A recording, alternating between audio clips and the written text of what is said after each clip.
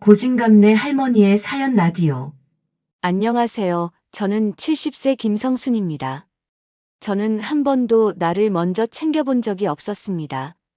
어릴 때는 부모 형제를 위해, 결혼해서는 남편과 자식을 위해 70년을 그렇게 살았어요. 항상 누군가를 먼저 생각하고 누군가를 먼저 챙기는 게 당연하다고 여겼죠. 아들이 결혼하면서 몇 년만 함께 살자고 했을 때도, 며느리가 집안일과 손녀를 제게 맡겼을 때도, 복날에 저만 빼고 삼계탕을 먹으러 갔을 때도 저는 참았어요. 가족이니까, 어머니니까. 사실 생각해보면 자식 위에 엄마가 뭘 못해주겠어요? 평생을 퍼주고도 더 줄 게 없어서 한인데 저는 그래야 한다고 생각했거든요.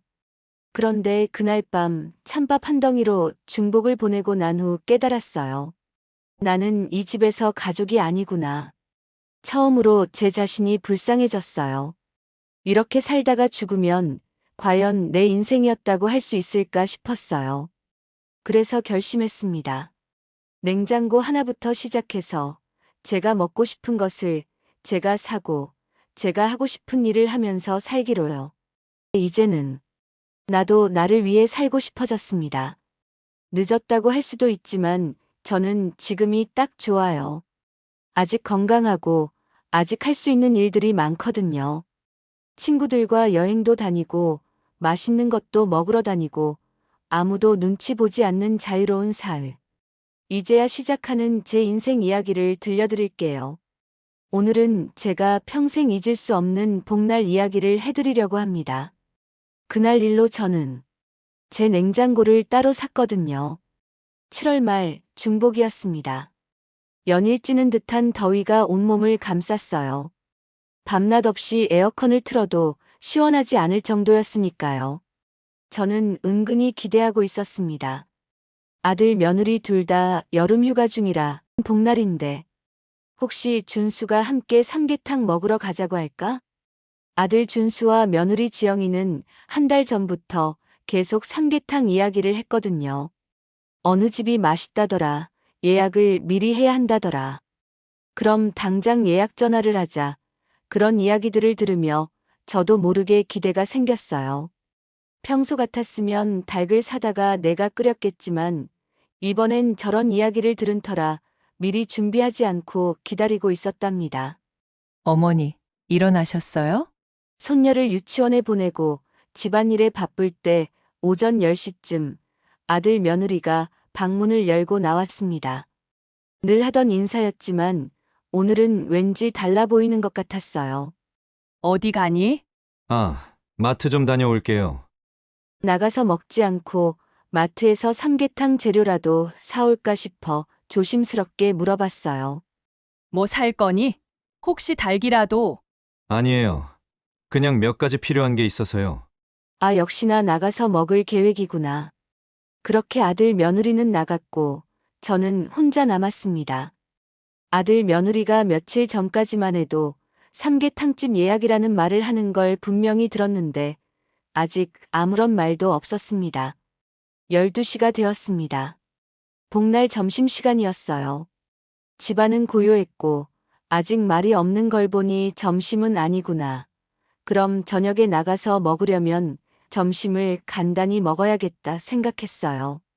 냉장고를 열어보니 어제 남은 찬밥 한 덩이와 김치 몇 조각을 해서 점심을 간단하게 때웠어요.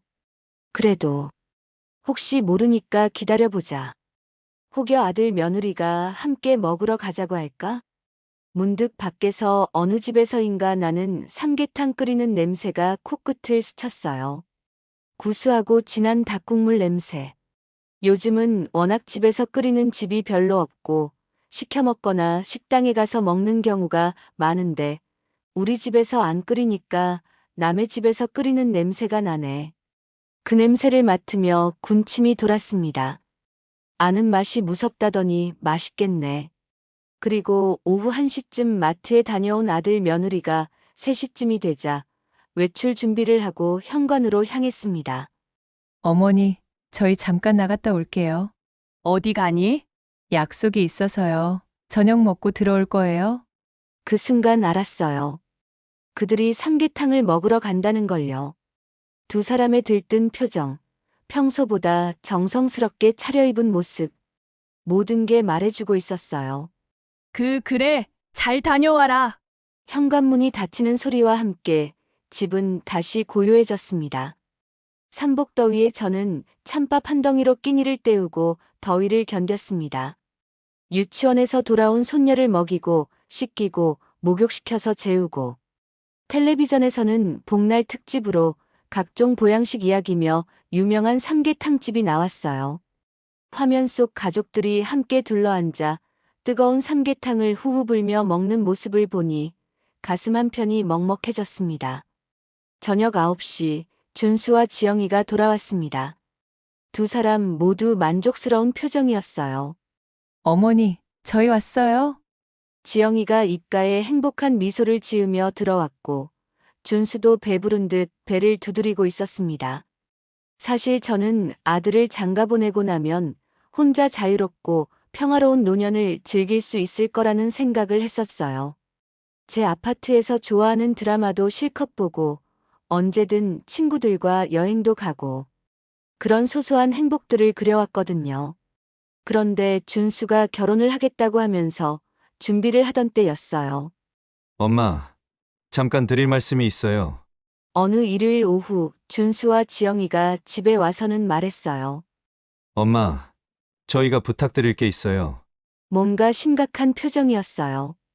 혹시 빚이라도 졌나 싶어 가슴이 덜컥 내려앉았죠.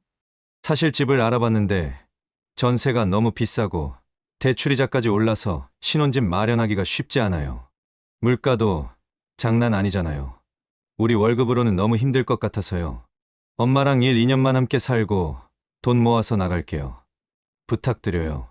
알고 보니 둘 다 직장은 있지만 몇 달 후면 태어날 아기를 키우면서 월급으로는 생활비도 빠듯한 상황이었어요.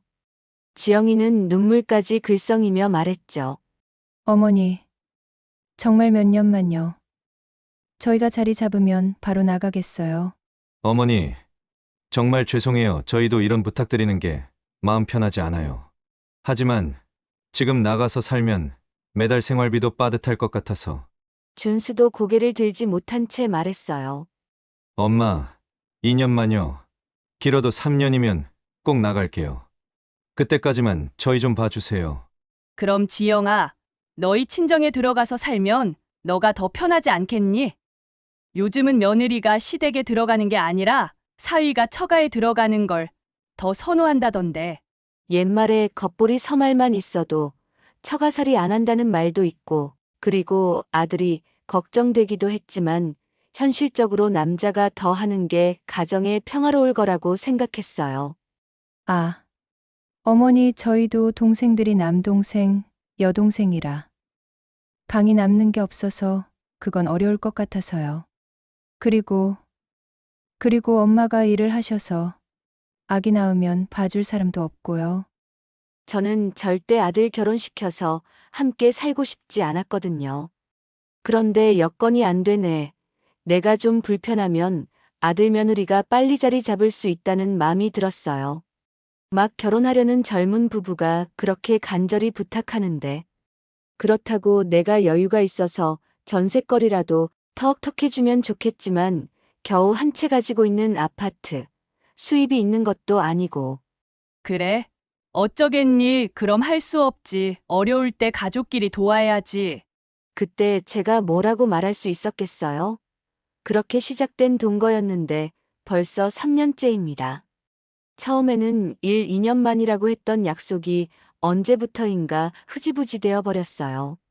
이제는 왠지 제가 얹혀 사는 느낌이 들 때가 많아요. 정말로 몇 년만 살다가 나갈 거라고 그 약속은 지킬 거라고 했는데 저는 그때 어쩌면 아들 며느리가 더 불편해서 먼저 나가겠다고 할 거라고 생각했어요. 그런데 요즘은 아예 나갈 이야기도 안 해요. 오히려 아직 집값이 더 오를 것 같다. 이자가 더 내려가면 그때 알아보자 이런 말만 하죠. 혼자 살 때는 제가 주인이었는데 이제는 왠지 제가 얹혀 사는 느낌이 들 때가 많아요. 마음 약해져서 허락한 제가 바보였나 싶을 때도 있어요. 죽이 되든 밥이 되든 자기들 일은 알아서 하라고 할 걸 그랬다 싶을 때도 있고요. 하지만 자식인데 어쩌겠어요. 처음 한두 달은 정말 괜찮았어요. 지영이도 어머니 고마워요 하며 살갑게 굴었고 준수도 엄마 덕분이라며 고마워했거든요. 그런데 시간이 지나면서 점점 달라지기 시작했어요. 지영이의 말투가 조금씩 날이 서기 시작했어요. 처음에는 어머니, 이거 어떻게 하면 좋을까요? 하던 것이 어머니, 이건 이렇게 해주세요로 바뀌고 나중에는 이거 왜 이렇게 해놨어요? 하는 식으로. 그리고는 저녁에 먹고 싶은 걸 해놓으라고 하거나 이번 주말에 먹겠다고 해달라고 했어요. 어머니 설거지할 때 기름기 좀 제대로 닦아주세요. 그릇 쓸 때 미끈거리는 것 같아요. 아기는 이유식을 왜 이렇게 하셨어요? 이런 걸로 하세요. 저런 걸로 하세요. 빨래 갤 때 좀 더 반듯하게 해주세요. 저희 옷이 구겨져요. 이런 식으로 하나둘씩 지적을 하기 시작했어요. 며느리는 정작 손녀 이유식 한 번 안 만들면서요. 70년을 살면서 집안일 못한다는 소리는 처음 들어봤는데 가장 서운한 건 식사 시간이었어요. 처음에는 함께 둘러앉아 밥을 먹었는데 언제부터인가 따로 먹기 시작했어요. 어머니, 저희는 이따가 먹을게요. 먼저 드세요.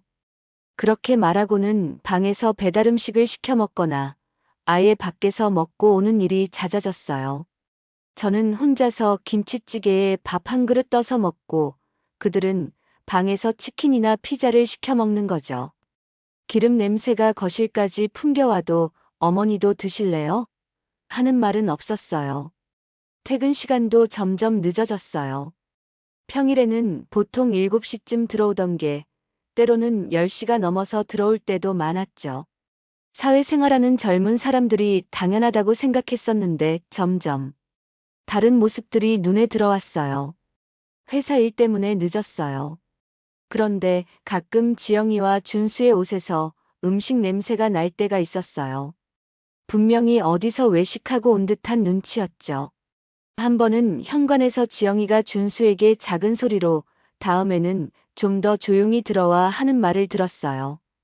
저를 깨우지 않으려고 하는 건지 아니면 들키지 않으려고 하는 건지. 그런데 웃긴 건 그들이 집에 없는 시간이 늘어날수록 나의 집안일은 더 많아졌다는 거예요. 아침에 나가면서 밥 숟가락만 빼고 가고 빨래는 세탁기에만 던져놓고 가고 어머니 죄송해요. 출근 시간이 급해서 못했어요. 처음에는 그런 말도 가끔 하더니 이제는 당연한 일이 되었지요. 청소, 빨래, 식사 준비. 심지어 그들 방 청소까지 제가 하게 되었어요. 어머니, 제 방 좀 치워주실 수 있나요? 친구가 놀러 온다고 해서. 처음에는 도와달라고 부탁하더니 이제는 어머니 이거 치워주세요. 오늘 저녁까지 저것 해놓으세요. 가장 서운한 건 거리감이었어요. 처음에는 가족이라는 느낌이었는데 이제는 그냥 집안일 해주는 사람 같은 느낌? 저녁에 거실에서 텔레비전을 보고 있으면 그들은 방에서 문을 닫고 있어요. 웃음소리가 들려도 저와 함께 나누는 웃음은 아니죠. 어머니는 일찍 주무세요. 저희는 늦게 잘게요. 그렇게 말하고는 방에서 뭔가 바삭바삭 먹는 소리, 낄낄대며 웃는 소리. 저만 빼고 그들만의 시간을 보내는 거예요. 복날도 그런 날 중 하나였던 거죠. 저는 여전히 집안일은 다 하면서 정작 보양식은 혼자 찬밥으로 때우고 그래도 저는 말하지 않았어요. 서운하다고 외롭다고 가족 같지 않다고. 그런 말을 하면 그들이 부담스러워할까봐 혹시 무리해서 빨리 나가겠다고 할까봐 참았어요. 하지만 마음속으로는 하루하루 상처가 쌓여갔어요. 함께 살면서도 혼자 먹는 밥, 웃음소리가 들려도 함께 나누지 못하는 즐거움, 집안일은 다 하면서도 존재감은 점점 사라져가는 느낌. 어느 날 밤 그들이 방에서 깔깔대며 웃는 소리를 들으며 혼자 거실에 앉아 있는데 문득 이런 생각이 들었어요.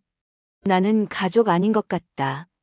같은 집에 살지만 따로 먹고 같은 공간에 있지만 따로 웃고 제가 하는 일들은 당연하게 여기면서도 정작 저와는 함께하지 않는 가족이라면 좋은 일이 있으면 함께 나누고 맛있는 걸 먹을 때도 함께 먹고 그런데 저는 그냥 집안일 해주는 사람, 공짜로 살면서 뭔가 해주는 게 당연한 사람. 복날 그날도 그런 마음이 절정에 달했던 거예요. 나만 빼고 삼계탕을 먹고 온 그들을 보면서 아, 나는 정말 가족이 아니구나 싶었어요. 아들 며느리가 저녁 먹고 들어오겠다며 나간 저녁 부엌에 가서 라면 하나를 꺼냈어요. 지금 닭 사다가 끓이기는 너무 늦었고 미리 알았으면 이렇게 섭섭하지는 않았을 텐데 닭 쫓던 게 지붕 쳐다보는 격이 돼버렸네. 평소 같으면 계란이라도 넣었을 텐데 그날은 그냥 라면만. 뜨거운 라면을 후후 불어가며 먹는데 왠지 목이 메었어요. 중복날 혼자 라면을 먹으면 또 어떻겠어요. 언제부터 나를 그렇게 복날까지 챙겨가며 웃었다고. 하지만 자식들한테는 왜 이리 섭섭한지 제 모습이 너무 초라하게 느껴졌거든요. 어머니, 저희 왔어요? 10시쯤 준수와 지영이가 들어왔는데 두 사람 모두 뭔가 만족스러운 표정이었어요. 특히 지영이는 평소보다 기분이 좋아 보였죠. 저녁은 아, 저녁 먹고 왔어요. 지영이가 대답하더니 바로 씻으러 들어갈게요 하며 욕실로 사라졌어요. 준수만 거실에 남았을 때 저는 넌지시 말을 꺼냈어요. 준수야, 네, 엄마. 오늘 중복인데 삼계탕도 못 먹고 지나갔네? 너희들 이 더위에 회사 다니기 힘들 텐데. 왜 나만 빼고 갔냐고 말하고 싶었지만 그럴 수는 없었어요. 그냥 걱정하는 엄마의 마음으로 둘러서 말했죠. 그런데 준수의 반응이 이상했어요. 평소 같으면 그러게요. 이런 말을 했을 텐데 그날은 더듬거리며 말했어요. 아, 우리는 삼계탕 먹었어요. 걱정하지 마세요. 너희는 먹었다고? 그 말을 듣는 순간 제가 하루 종일 기다렸던 시간들이 떠올랐어요. 라면 한 그릇으로 때운 저녁, 나만 빼고 삼계탕을 먹고 왔구나. 그래. 둘이서 먹고 들어왔어? 그럼 나는 포장이라도 해다 주지 그랬어? 준수가 당황한 표정으로 말했어요. 아니, 처갓집 식구들하고요. 뭐, 지영이네 식구들하고? 네, 장인어른 장모님하고 처제하고요. 처남은 약속 있다고 나가고 없었고, 처갓집 식구들이랑 식사해서 포장해 오기 좀 그랬어요. 그 말을 듣는 순간 정말 기가 막혔어요. 장인어른 장모님은 모시고 가면서 나는 왜 지영이 부모님과 함께 삼계탕을 먹으러 간 거였어요. 그러면서 저는 집에서 라면 한 그릇으로 복날을 보내고 있었던 거죠. 그날 내 가슴 속 무언가가 완전히 식어버렸어요. 아, 그런 거였구나. 아들 며느리에게 저는 가족이 아니라 그냥 애 봐주고 살림하는 사람이었고 장인어른 장모님과는 함께 복날 삼계탕을 먹으면서 저에게는 포장해 오기 그랬다는 말로 변명하는 그 순간 깨달았어요. 제가 아무리 집안일을 해주고 아무리 이해하려고 노력해도 저는 그들에게 진짜 가족이 아니라는 걸요.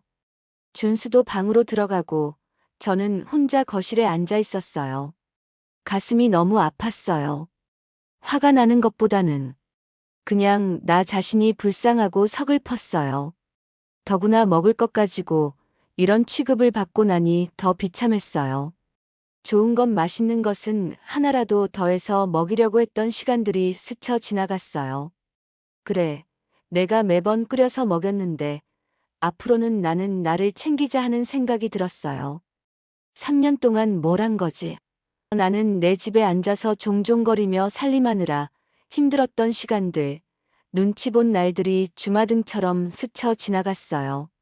손녀 키우느라 힘들었던 날들, 집안일 해주는 사람, 공짜로 얹혀 살면서 뭔가 해주는 게 당연한 사람.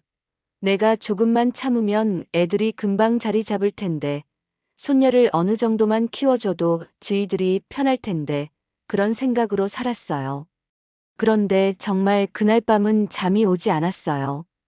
계속 생각났거든요. 장인어른 장모님 모시고 식사해서 라고 말하던 준수의 목소리가 나는 삼계탕 한 그릇만큼도 안 되는 사람이었구나.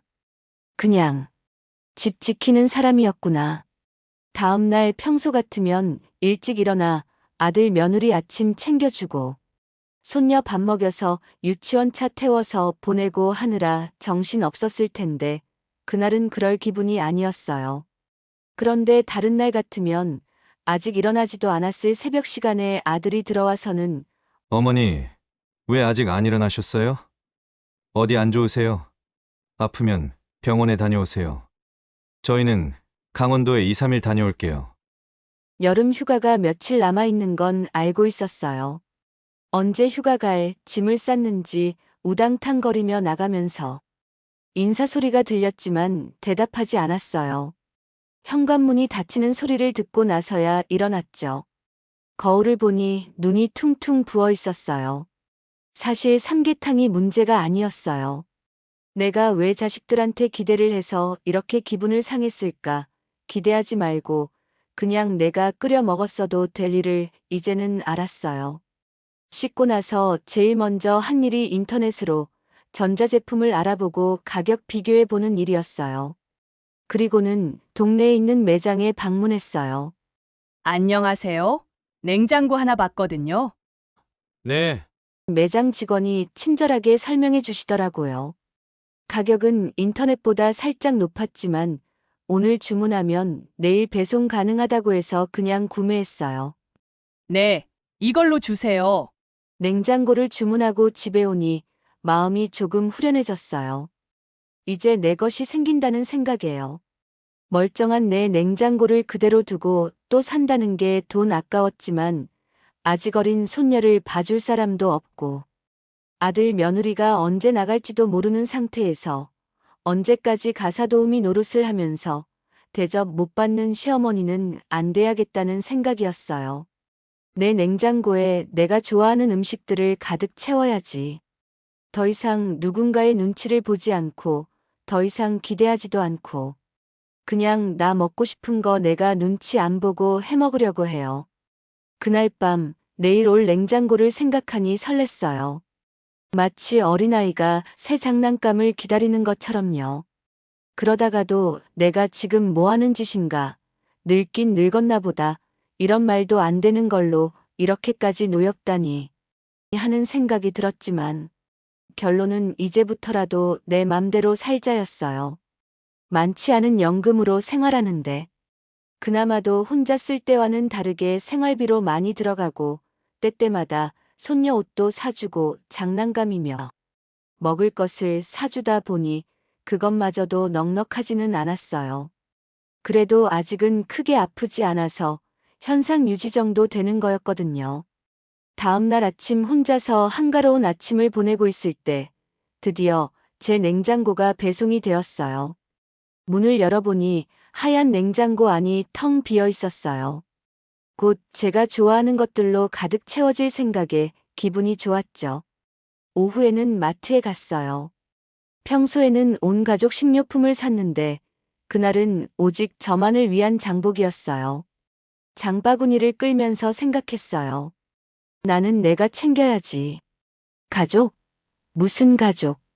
그 가족에 나는 항상 빠져 있었잖아. 섭섭할 것도 없고 너무할 것도 없지. 다들 각자의 인생을 사는 거야. 저는 집에서 직접 만든 한식도 좋아하지만 간식이나 피자, 샌드위치, 빵, 달달한 것을 너무 좋아해서 맘껏 골랐어요. 고기, 생선, 서리태콩, 며느리가 콩밥이 싫다고 해서 서리태를 넣어서 나만 먹고 콩 없는 쪽 밥을 퍼줬는데 콩 냄새도 싫다고 해서 그마저도 못해 먹었던 거예요. 그리고 미역국 재료 얼마 남지 않은 제 생일날 저 혼자라도 미역국 끓여 먹으려고요. 고기, 생선, 야채, 요구르트, 과일, 견과류. 평소에는 어머니, 이런 거 사서 뭐 해요? 비싸기만 하고 식사는 안 되잖아요. 하던 지영이 말 때문에 포기했던 것들이에요. 제가 보기에는 그러는 며느리는 본인들 좋아하는 것, 먹고 싶은 건 아끼지 않고 사다가 둘이만 먹었거든요. 장보기를 하면서 신기하게도 기분이 점점 좋아졌어요. 아, 이런 기분이었구나. 내가 먹고 싶은 걸 사는 기분, 남 눈치 보지 않고 장바구니에 담는 기분. 새벽에 출출할 때 혼자 먹을 샌드위치, 혼자 먹을 때라도 맛있는 걸 먹어야죠. 계산대에서 계산하면서 거울에 비친 제 모습을 봤는데 어느새 입가에 미소가 지어져 있더라고요. 일부는 배달시키고 무거운 장바구니를 끌고 집으로 오는 길, 발걸음이 가벼웠어요. 이제 내 냉장고에 내가 좋아하는 걸 넣어둘 수 있겠구나. 아파트 엘리베이터 거울에 비친 제 얼굴이 어젯밤과는 완전히 달랐어요. 뭔가 환해 보였거든요. 집에 와서 산 것들을 하나하나 정리해 넣었어요. 70년을 살면서 처음 느끼는 감정이었어요. 다른 사람을 위해서가 아니라 오직 나를 위해서 뭔가를 준비한다는 느낌. 다음 날 저녁 준수와 지영이가 여행에서 돌아오며 톡을 보내왔어요. 어머니, 저희 30분 후면 도착할 거예요. 저녁에 열무냉면 먹고 싶으니까 해놓으세요. 지금 저희 배고프거든요. 어머니, 저희 왔어요. 응, 그래, 왔구나. 하고 인사만 했죠. 어머니, 냉면 해놓으셨어요? 장은 보셨고요. 뭐 사셨어요? 지영이가 물어봤을 때도 내가 먹을 것 좀 샀지 하고 대답했어요. 그리고 지영이가 주방으로 들어가더니 깜짝 놀라며 어머니, 이게 뭐예요? 내 냉장고야. 네, 어머니 냉장고는 뭐예요? 응, 내 냉장고 샀어. 너희들은 회사에서 먹고 오는 날이 많아서 매번 먹을 줄 알고 해놔도 안 먹고 상해서 버리고 나는 재료 사다가 힘들여서 해놓으면 버리는 게 더 많으니까 그게 뭐 하는 짓이야? 앞으로는 너희들은 너희가 알아서 해먹어. 나는 내가 알아서 해먹을게. 지영이가 어처구니 없는 표정으로 부엌으로 들어가더니 소리쳤어요. 어머니, 냉면 안 하셨어요? 배고프다고 했잖아요? 평소 같으면 아 깜빡했네 하며 부랴부랴 바로 만들어서 어서 먹어 배고팠겠다 하며 차렸을 텐데 그날은 달랐어요. 주방으로 가서 당당하게 말했어요. 어머, 그건 나 먹을 것만 해먹었는데 어쩌니? 너희 건 알아서 해먹어. 지영이가 깜짝 놀란 표정을 지었어요. 아니 어머니, 배고파 죽겠는데 지금 장도 못 보고 어쩌라고요? 지영이의 목소리가 점점 커졌어요. 내가 가사 도우미도 아니고, 아니 가사 도우미는 월급 받으면서 퇴근이라도 하지. 나이 70에 하루 종일 빨래하고 청소하고 밥해 먹이고, 서아 씻기고 먹이고 입히고, 놀아주고, 재우고, 나도 힘들어. 죽어라고 장바다가 밥해 놓으면 너희는 배달 음식 시켜 먹고, 그러면서 아쉬우면 나더러 해놓으라고 하고? 준수가 당황해서 끼어들었어요. 엄마, 갑자기 왜 그러세요? 갑자기가 아니라 그동안 힘든 걸 말 못했던 거야. 그래도 너무하잖아요. 나는 이럴 권리도 없다는 거야? 언제까지 너희들 눈치 보면서 살아야 하니? 이제는 더 이상 안 할 거야. 그렇게 알아. 그날부터 저는 완전히 달라졌어요. 아침에 일어나면 제일 먼저 제 냉장고를 열어봤어요. 단백질 위주로 식사해야 하니까 고기, 생선도 따로 사다 놨고 제철 과일과 야채도 빠질 수 없죠. 간식까지. 모든 걸 제 냉장고에 따로 보관했어요. 여름 별미로 콩국수 재료도 사다 놨어요. 콩 불려서 갈아서 만드는 진짜 콩국수요. 예전에는 콩 싫다는 며느리 말 때문에 못 해 먹었는데 이제는 제가 먹고 싶으면 해 먹어요. 수박도 참외도 자두도 골고루 사서 제 냉장고에 넣어뒀어요. 시원하게 해서 제가 먹고 싶을 때 꺼내 먹으려고요. 며칠 후 또 비슷한 일이 있었어요. 어머니, 김치 떨어져 가는 거 아세요? 안 담그세요? 너희 김치는 너희가 알아서 담그든가 사 먹든가 해. 내 건 따로 담았어. 어머니, 그게 무슨 말씀이세요? 한 집에 살면서 그게 말이나 되는 거예요? 한 집에 산다고. 아무리 한 집에 살면 뭐하니? 가족이 아닌데. 가족이 아니라니 그게 무슨 말씀이세요? 너희에게 내가 한 번이라도 가족인 적이 있긴 하니? 그리고 이제 나한테는 가족 한 집, 그런 거 중요하지 않아. 모르는 사람들이 들으면 미친 할망구라고 하겠지만 상관없어. 내 맘이 그래. 참, 기가 막혀서. 지영이 어처구니 없어 하더라고요. 저는 이제 그들 빨래도 안 해줘요. 제 것만 해요. 청소도 제 방과 제가 쓰는 공간만 해요. 그들 방은 그들이 알아서 하라고 했어요. 어머니, 며칠째 제 방 청소 안 하셨더라고요. 좀 치워주시면. 아니, 너희 방 정도는 너희가 해. 제 냉장고는 날이 갈수록 풍성해졌어요. 냉동실에는 제가 좋아하는 만두, 삼계탕, 갈비탕이 가득하고 냉장실에는 신선한 과일과 야채들이 알록달록 들어있어요. 간식으로는 견과류, 요구르트, 치즈까지. 제가 먹고 싶은 건 다 있어요. 가끔 제 방에서 맛있는 걸 먹고 있으면 거실에서 냄새가 난다고 투덜거리는 소리가 들려요. 그래, 냄새 나지. 너희들이 방에서 먹는 동안 나도 힘들었어. 이제는 그런 소리가 들려도 신경 안 써요. 오히려 기분이 좋아요. 작지만 확실한 복수였어요. 더 이상 누구 눈치 보지 않고 제가 먹고 싶은 걸 제 돈으로 사서 제 냉장고에 넣어두고 처음 맛보는 자유였어요. 냉장고를 산 지 일주일쯤 지나니까 지영이가 노골적으로 눈치를 주기 시작했어요. 어머니, 요즘 뭔가 많이 달라지신 것 같아요. 뭐가? 예전에는 저희랑 함께 드시려고 하셨는데, 요즘은 혼자 드시기만 하시고, 이건 너희들 편의를 봐주는 거야. 너희가 먼저 함께 먹는 걸 싫어했잖니? 제가 제 방에서 단호박죽을 먹고 나온 날이었어요.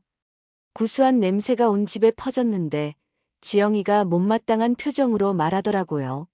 저희는 뭘 해 먹어야 할지 모르겠어요. 너희가 해 먹으면 되지. 나이가 몇인데 엄마가 다 해줘야 해.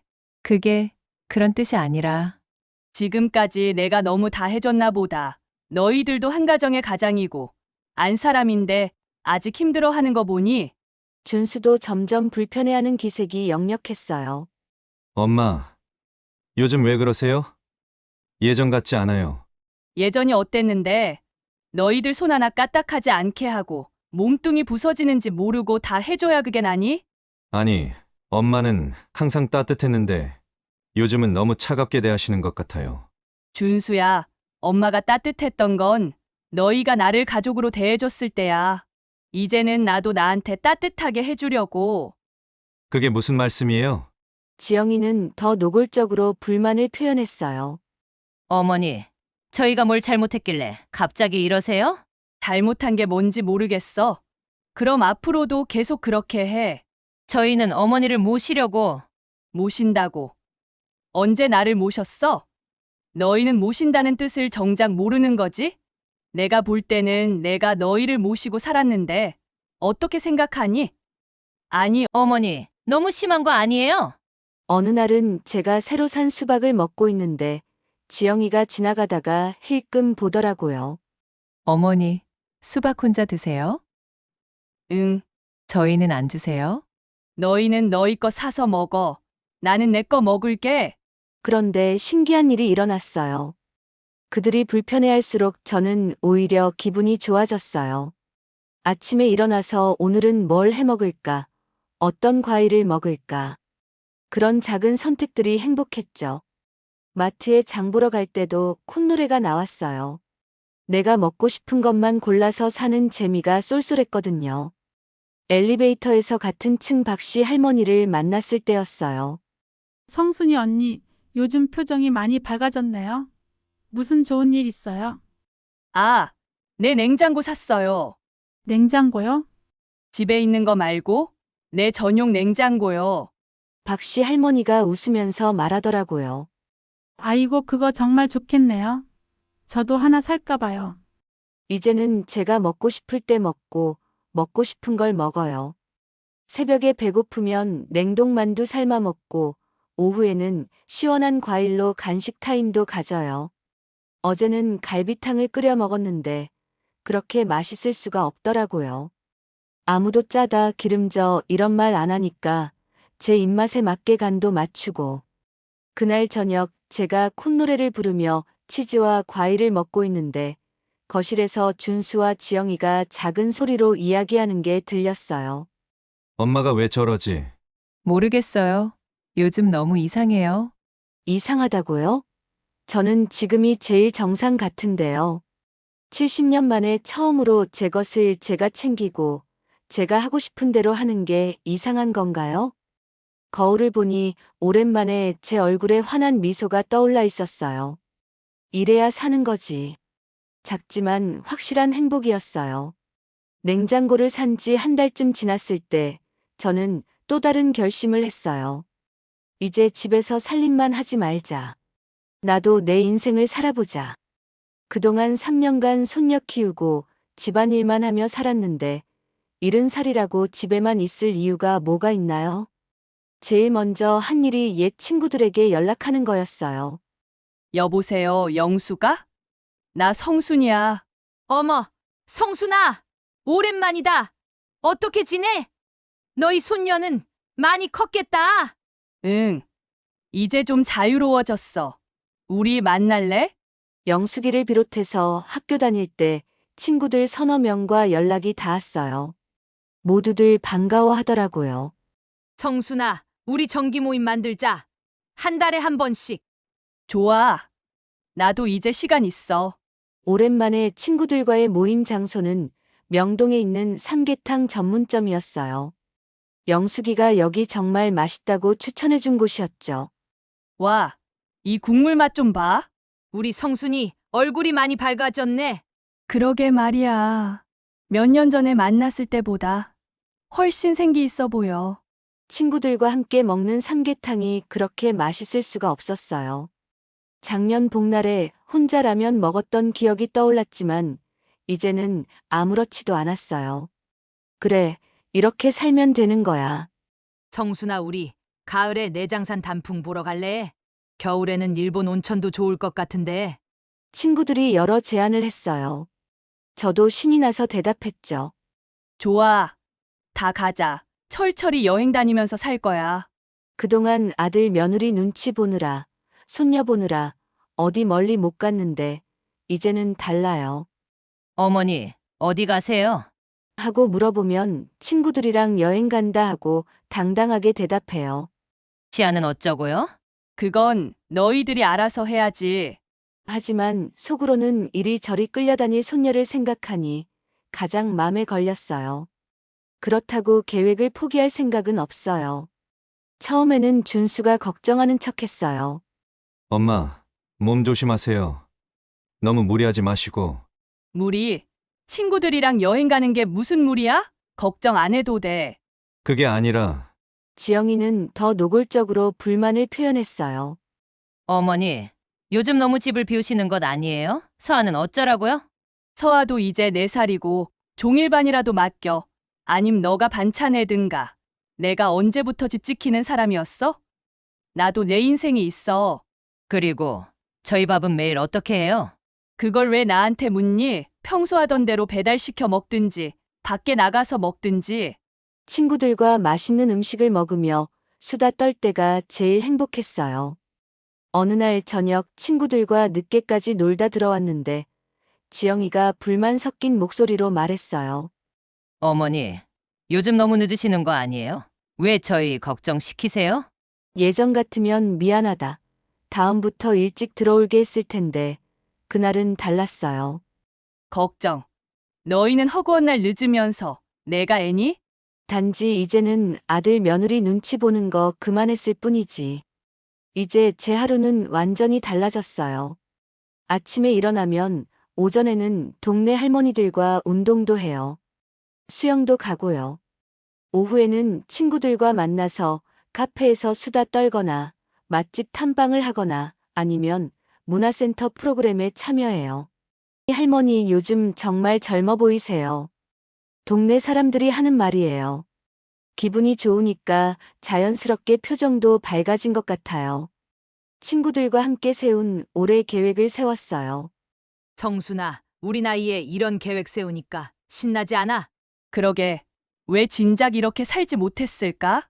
지금 생각해보니 가족이 뭐 그리 중요하겠어요. 하루가 다르게 변해가는 시대에 하루라도 건강하고 행복하게 살면 되죠. 저는 새로운 인생을 시작했어요. 늦었다고 생각할 수도 있지만 저는 지금이 딱 좋아요. 더 이상 누군가의 눈치를 보지 않고 제가 하고 싶은 일을 하며 살 거예요. 내가 나를 챙기는 삶, 이제야 시작입니다. 이런 상황, 여러분이라면 어떻게 하셨을까요? 댓글로 따뜻한 조언 남겨주세요. 지금까지 고진감래 할머니였습니다. 여러분의 인생은 단맛이길 바랍니다.